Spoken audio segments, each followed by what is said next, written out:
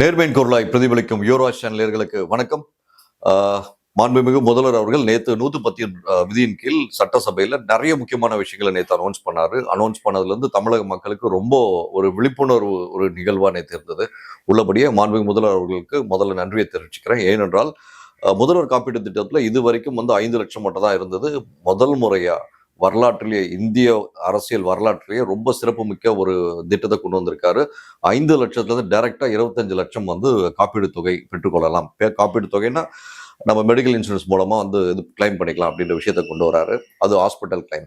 மாண்புமிகு முதல்வர் அவர்களுக்கும் அவர் துறை சார்ந்த ஏனைய அமைச்சர் பெருமக்களுக்கும் முக்கியமா சுகாதாரத்துறை அமைச்சர் அவர்களுக்கும் இந்த ஒரு தாழ்மையான கோரிக்கை. ஐயா, உங்களுடைய பார்வைக்கு உங்களுக்கு தெரியுமா தெரியாதா எங்களுக்கு தெரியாது. இந்த 5 லட்சம் ரூபாய் இருக்கும் போதே இந்த மெடிக்கல் மாஃபியா இன்சூரன்ஸ் கும்பல் ஏற்கனவே போதுமான அளவு தமிழ்நாட்டு மக்களை ஏமாத்திட்டானுங்க. சரிங்களா? இப்போ 25 லட்சம் ரூபாய் நீங்க அனௌன்ஸ் பண்றீங்க. ரொம்ப உண்மை உள்ளபடியே ஒரு குடிமகன் என்ற முறையில் வரவேற்கிறேன். ஆனால் பத்திரிகையாளர் என்ற முறையில் இதை வரவேற்கிறதா இல்லை இன்னும் பயமாக பார்க்கிறதா என்ற ஒரு சந்தேகம் எழுகிறது. இந்த 5 லட்சத்துக்கே சாதாரணமா ஏதாவது ஒரு வயது சம்மந்தம், ஏன்னா வயதானவங்க 55 வயசு 60 வயசு மேலானவங்களுக்கு அடிக்கடிமா சுவாச பிரச்சனை, மூச்சு பிரச்சனை, பிளஸ் வயிறு பிரச்சனை, மூணாவது முக்கியமான விஷயம் வலி சார்ந்த பிரச்சனை, மூட்டு வலியிலேருந்து கால் வலி எல்லாம் பிரச்சனை. இதில் ட்ரீட்மெண்ட் சொல்லி ஹாஸ்பிட்டலில் போனாலே நீ ரீப்ளேஸ்மெண்ட் சர்ஜரிக்கு மட்டும்தான் கிளைம் ஃபெசிலிட்டிஸ் இருக்கு. மிச்சம் எந்த இதுக்கும் வயசானவங்களுக்கு அந்த கிளைம் பண்ண முடியாது. உடனே நீங்க கேட்கலாம், நம்ம தான் ஸ்பெஷாலிட்டி ஹாஸ்பிட்டல் வச்சிருக்கோமே தனியா அப்படின்னு சொல்லிட்டு. எல்லாரும் ஸ்பெஷாலிட்டி ஹாஸ்பிட்டல் போக முடியுதா அப்படின்னு பார்த்தீங்கன்னா சத்தியமா முடியாது. சரிங்களா?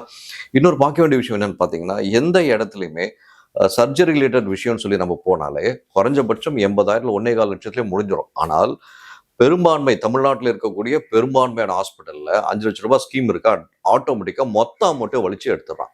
அது போக எக்ஸ்ட்ரா 30,000 ரூபாய் கட்ட சொல்கிறேன். ஐயா, லைவ் ப்ரூஃபாக நானே உட்காருவேன். ஐயா, என்னுடைய தாயார் அவர்களுக்கு நீ ரீப்ளேஸ்மெண்ட் சர்ஜரிக்காக ஒரு தனியார் மருத்துவமனை அணுகிறேன். அவங்க நீ ரீப்ளேஸ்மெண்ட் சர்ஜரி இந்த காப்பீடு திட்டத்தில் எடுத்துக்கலாம். அது போக எக்ஸ்ட்ரா உங்கள் கையிலேருந்து 60,000 தரணும் அப்படின்றாங்க. அப்போ அவைல் பண்ணது 1 லட்சம் மட்டும் தான் அவைல் பண்ண முடிஞ்சது. பேலன்ஸ் அமௌண்ட் இப்போ அவைல் பண்ண முடியாதுன்னு சொல்லிட்டு நம்ம மருத்துவ இன்சூரன்ஸ் ஸ்கீம் சொல்லிச்சு. அந்த சூழல்ல வேற, ஏன்னா ஏற்கனவே 11 ஆண்டுகளாக கஷ்டப்பட்ட என்னோட தாயாரானவர்கள், நான் என்ன பண்ணேன், திருப்பியும் 60,000 எக்ஸ்ட்ரா கட்டிட்டு அந்த 1 லட்சம் அந்த காப்பீடு டிரான்ஸ்ஃபர் ஆகிற வரைக்கும் வெயிட் பண்ணி அதுக்கப்புறம் தான் சர்ஜரிக்கே உள்ள கூட்டு போறாங்க. இது தனிப்பட்ட முறையில் நான் ஃபேஸ் பண்ணேன். இந்த மாதிரி ஒவ்வொரு பாமரனும் எல்லா இடத்துலையும் இந்த ப்ராப்ளத்தை ஃபேஸ் பண்ணிட்டு இருக்கான்.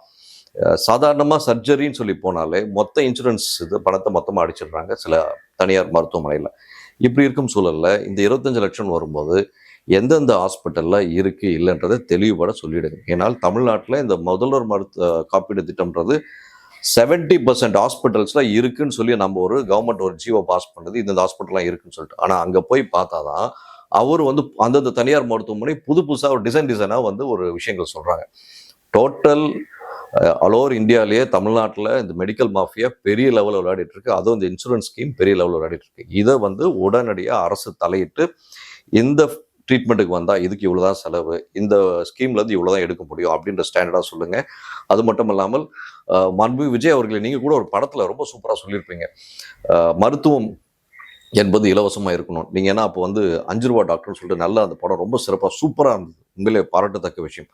அதில் எல்லளவு மாற்று கருத்தும் இல்லை. அதில் ஒரு இடத்துல நீங்கள் சொல்லியிருப்பீங்க, சாதாரணமாக ஒரு பிளட் டெஸ்ட் மட்டும் பண்ணி பாருங்களேன் அப்படின்னு சொல்லியிருப்பீங்க. உண்மையிலேயே சார், சாதாரணமாக ஒரு பிளட் டெஸ்ட்டுன்னு சொல்லி போயிட்டாலே இல்லாத வியாதி இருக்கிற மாதிரி தான் கிரியேட் பண்ணிட்டு இருக்காங்க இப்போ இருக்க மெடிக்கல் சிஸ்டமும். அந்த விஷயத்த கொஞ்சம் தயவு கூர்ந்து நீங்கள் படத்தில் சொன்ன விஷயம் உண்மையாக நடந்து கொண்டு இருக்கிறது. அதை தயவு செய்து எப்படிலாம் சரி கட்டுமோ உங்களோட மருத்துவத்துறை சார்ந்த அமைச்சு பெருமக்கள் போய் விசாரிச்சு இதை சரி கட்டா நல்லா இருக்கும்ன்றது. இன்னொரு விஷயம், நீங்க முக்கியமான விஷயம், சென்னையில் பெரம்பூர் 300 கோடி மதிப்பீட்டில் 400 படுக்கைகள் கொண்ட உலக தரத்திலான பன்னோக்கு உயர் சிறப்பு மருத்துவமனை அமைக்கப்படும் சொல்லியிருக்கீங்க. 300 கோடி செலவுல பண்ண போறோம் சொல்லியிருக்கீங்க. ஐயா, பெரம்பூருக்கும் கொளத்தூர் பெரியார் ஹாஸ்பிட்டலுக்கும் பார்த்தீங்கன்னா குறைஞ்சபட்சம் ஒரு 1/2 கிலோமீட்டர் 500 மீட்டர் தூரம் தான் ஐயா மேக்சிமம் இருக்கும். சரிங்களா? நான் ஏன் இந்த விஷயத்தை இப்படி வைக்கிறேன்னு சொல்லி பார்த்தீங்கன்னா, தமிழ்நாட்டில் மல்டி ஸ்பெஷாலிட்டி ஹாஸ்பிட்டல் சொல்லிட்டு கவர்மெண்ட் மல்டி ஸ்பெஷாலிட்டி ஓமந்தூரார் இருக்கு.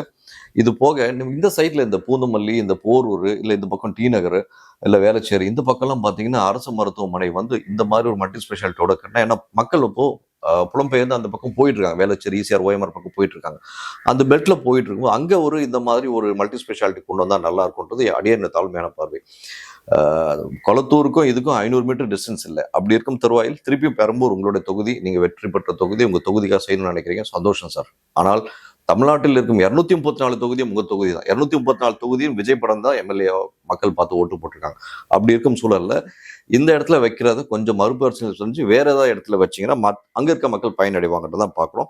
அடுத்தபடியாக வந்து ராஜீவ்காந்தி அரசு பொது மருத்துவமனையில் 471 கோடியில் 80 லட்சம் ரூபாய் மதிப்பீட்டில் G+14 தளங்களுடன் ஒருங்கிணைந்த புற்றுநோய் சிகிச்சை பிரிவு அமைக்கப்படும். ஐயா, ரொம்ப நன்றி ஐயா. தமிழ்நாட்டில் இந்த கேன்சருக்கான ட்ரீட்மெண்ட்டுக்கு, கீமோதெரபிக்கு தனியார் மருத்துவமனை பகல் கொள்ள இல்லை. இது எந்த வார்த்தையில் சொல்றதுன்னு தெரியல. கீமோதெரபின்ற பேரில் போதுமான அளவு எல்லா மருத்துவமனையிலும் அப்படி ஒரு கொள்ளடிக்கிறாங்க. ஆனால் அரசு மருத்துவமனையில் ஓரளவுக்கு நல்ல சிறப்பாக செய்கிறாங்க. இதில் பார்க்க வேண்டிய விஷயம் என்னன்னு பார்த்தீங்கன்னா, அதே அரசு மருத்துவமனையில் கீமோதெரபிக்கு நான் கண் கூட பார்த்த விஷயம், பார்த்து ரொம்ப வருத்தப்பட்ட விஷயம். ஒரு 7 ஆண்டுகள் முன்பு கீமோதெரபிக்காக அந்த 2 நாள் ட்ரீட்மெண்ட்டுக்காக அங்கே வராங்க. அந்த இடத்துல பெட்டு கிடச்சி அந்த கீமோதெரபி அந்த மெடிசன் ஏற்றுறதுக்குள்ள அவங்க அந்த வரக்கூடிய அந்த வயதானவர்கள் அனுபவிக்கிற கொடுமை இருக்குது பாருங்கள். அப்படி ஒரு கொடுமை அனுபவிக்கிறாங்க. அவங்க வீல் சேரில் கொண்டு போயிட்டு லிஃப்டில் இருந்து மேலே கொண்டு போய் அந்த ட்ரீட்மெண்ட்டு கீமோதெரபி எடுத்துகிட்டு வீட்டுக்கு போகிறதுக்குள்ள அப்படி ஒரு நரக வேதனை அனுபவிச்சாங்க. நான் 7 ஆண்டு முன்பு கண் கூட பார்த்த ஒரு விஷயம். இப்போ எப்படி இருக்கு அப்படின்னு சொல்லி பார்க்கும்போது ரொம்ப பெரிய சேஞ்ச் இல்லை. அப்போ 200 ரூபா கொடுத்தாங்க, இப்போ பணம் வாங்க யோசிக்கிறாங்க. அப்படியே லிஃப்ட் உள்ள வந்து கை மாற்றி போயிட்டு இருக்கு பணம். இன்னமும் வந்து லஞ்சம்ன்றது இருக்கு ஐயா. நீங்கள் முற்றிலும் ஒழிக்கிறதுக்கான வேலைகள் நீங்கள் மேல் இடத்துல செஞ்சுட்டு இருக்கீங்க. ஆனால் கீழ் இடத்துல இன்னமும் பிணை அறையில் போய் பாருங்க. அந்த பிணை அறையில் பாடி எடுக்கணும்னா இன்னமும் 200 ரூபா 300 ரூபா வாங்கிட்டு தான் இருக்கிறாங்க. லிஃப்ட்ல அந்த வீல் சேர் தள்ளி வந்தாலும் சரி, இல்லை ஸ்ட்ரெச்சர் தள்ளிட்டு வந்தாலும் சரி, 200 ரூபாயிலிருந்து 300 ரூபாய் கொடுக்கப்பட்டு தான் இருக்கு ஐயா. அது கொஞ்சம் பாருங்க. அடுத்தபடியா மதுரை ராஜாஜி மருத்துவமனையில் ரூபாய் 84 கோடி செலவில் G+8 தளங்களுடன் மண்டல புற்றுநோய் மையம் தொடங்கப்படும். உண்மையிலே ரொம்ப தேவையான விஷயம் ஐயா. ஏன்னா தமிழ்நாட்டில் சென்னைக்கு அடுத்தபடியாக கோவை, மதுரை இந்த இடத்துல நல்ல ஹாஸ்பிட்டல் செட்டப்லாம் ரொம்ப நல்லா இருக்கு. தமிழ்நாடு லெவலில் நான் கண் கூட ரொம்ப ஸ்ட்ரைட்டாக பார்த்த விஷயம், ஒரு அரசு மருத்துவமனையில் அதிகமான வாக்கின் வரக்கூடிய ஒரு பெரிய மருத்துவமனை எதுன்னு பார்த்தீங்கன்னா மதுரை மருத்துவமனை. அங்கே இருக்க மாதிரி வாக்கின்ஸ் எங்கேயுமே கிடையாது, அவ்வளோ பெரிய வாக்கின். ஆனால் ஐயா, ஒரு தாழ்மையான கோரிக்கை, தமிழ்நாடு முழுக்க இருக்க பெரும்பான்மையான அரசு மருத்துவமனைகளில் இன்னமும் இரவு நேரங்களில் அங்கே வரக்கூடிய அட்டண்டர்ஸ் கூட வந்து பார்த்தீங்கன்னா, அங்கே மருத்துவமனை இருக்கக்கூடிய நாய்களாகட்டும், எலிகளாகட்டும், பூனைகளாகட்டும், இவங்க கொண்டு வரக்கூடிய அந்த சாமான் மேலே சுற்றி வந்துட்டு இருக்கு. அவ்வளோ அபத்தம் பண்ணிட்டு இருக்கு அந்த இடத்துல. அந்த விஷயங்களை இன்னி வரைக்கும் எந்த டிபார்ட்மெண்ட் ஸ்டாஃபும் கண்ட்ரோல் பண்ணலைங்க ஐயா. அடுத்து ஒரு நல்ல விஷயம் சொல்லியிருக்கீங்க, ரொம்ப ரொம்ப நன்றி ஐயா. பால் கொள்முதல் விலையை லிட்டர் ஒன்றுக்கு கூட்டுறவு சங்கம் மூலமாக 1 ரூபாய் உயர்த்தவும், அரசு ஊக்கத்தொகை 3 ரூபாயிலிருந்து 5 ரூபாயாக உயர்த்தப்படும் என்று முடிவெடுத்திருக்கீங்க. ரொம்ப நல்ல விஷயம் ஐயா. இதன் மூலமா வந்து 3,16,000க்கும் மேற்பட்ட பால் உற்பத்தியாளர்கள் இந்த விலை உயர்வால் பயன்பெறுவார்கள் சொல்லியிருக்கீங்க. ரொம்ப ரொம்ப வரவேற்கத்தக்க இந்த ஒரு விஷயம் ஐயா. கடைசியா மாண்புமிகு முதல்வர் அவர்களோட பார்வைக்காக, இந்த 100 நாள் தாவேக்கா ஆட்சியில பாத்தீங்கன்னா, சந்தி சிரிக்கும் சர்க்கஸ் சர்க்கார், தாவேக்கா அரசு 100 நாள் ஆட்சியில் 546 குற்ற சம்பவங்கள் என்று திமுக உங்களோட எதிர்கட்சி விமர்சனம் பண்ணிட்டு இருக்குன்றதை பார்க்க முடியுது. இது மூலமா வந்து சோசியல் மீடியால ரொம்ப விஷயங்கள் வந்து 546 குற்ற வழக்குகள் வெறும் 100 நாட்கள் அப்படின்னு சொல்லி போடுறாங்க. இதை வச்சு பார்க்கும்போது திமுக வந்து அவங்க ஆட்சி காலத்துல இந்த மாதிரி கிடையாதுன்னு பார்த்தா சத்தியமா இதோட டபுள் மடங்கு தான் இருந்தது. அதுல எனக்கு எல்லளவு மாற்று கருத்தும் கிடையாதுங்க. 100ல் 110% ஸ்ட்ராங்காகவே சொல்லுவேன். ஏன்னா அதெல்லாம் ஃபைலிங் ஆகலை, இது ஃபைலிங் ஆயிருக்கு, அவ்வளோதான் வித்தியாசம். திமுக ஆட்சி காலத்தில் பெரும்பான்மையாக வந்து பார்த்தீங்கன்னா காவல்துறையில் ஒரு சிஎஸ்ஆர் வாங்குறதுக்கு 3 நாள் 4 நாள் நடக்கும். எஃப்ஐஆர் சிஎஸ்ஆர் வந்து எஃப்ஐஆராக கன்வெர்ட் ஆகிறதுக்கு குறைஞ்சபட்சம் 40 நாளாவது ஆகும் அப்ராக்சிமேட்டாக. சில நாட்கள் பார்த்தீங்கன்னா மாத காலங்கள் ஆகும் அது எஃப்ஐஆர் கன்வெர்ட் ஆக.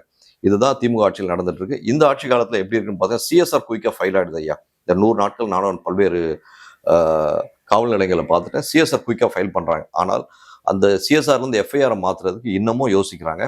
தமிழ்நாடு முழுக்க நமக்கு காதுபட கேட்ட விஷயம் நம்ம ரிப்போர்ட்டர்ஸ் மூலமாகவும், ஏனைய நண்பர்கள் மூலமாகவும், சொந்த பந்தங்கள் மூலமாகவும், சொந்த பந்தம் என்பது உடல் ரீதியாக மட்டுமல்லாமல் அங்கே இருக்க நண்பர்கள் மூலமாக கேள்விப்பட்ட விஷயம், கான்கிரீட்டான விஷயம். இன்னமும் பல காவல் நிலையங்கள் இந்த அரசு கண்ட்ரோலில் இல்லை, முன்னாள் அரசு கண்ட்ரோலில் இருக்கிறது என்பதை சொல்கிறாங்க. அது என்னன்றதை பார்த்துக்கோங்க. பல்நோக்கு மருத்துவமனை பற்றி போதுமான அளவு பேசியாச்சு. தமிழ்நாட்டில் பல்நோக்கு மருத்துவமனை இன்னும் இன்க்ரீஸ் பண்ணோம். எய்ம்ஸ் மதுரையில் வருதுன்னு சொல்லிட்டு இருக்காங்க. அதுக்கு அடுத்தபடியாக அதே மாதிரி ஒரு எய்ம்ஸ் சென்னையிலையோ இல்லை செங்கல்பட்டுலையோ இல்லை காஞ்சிபுரத்தில் கொண்டு வந்தால் நல்லா இருக்கும்ன்றது நம்மளோட பார்வையாக இருக்குது. மீண்டும் ஒரு நல்ல சந்திப்போம். நன்றி, வணக்கம் நண்பர்களே.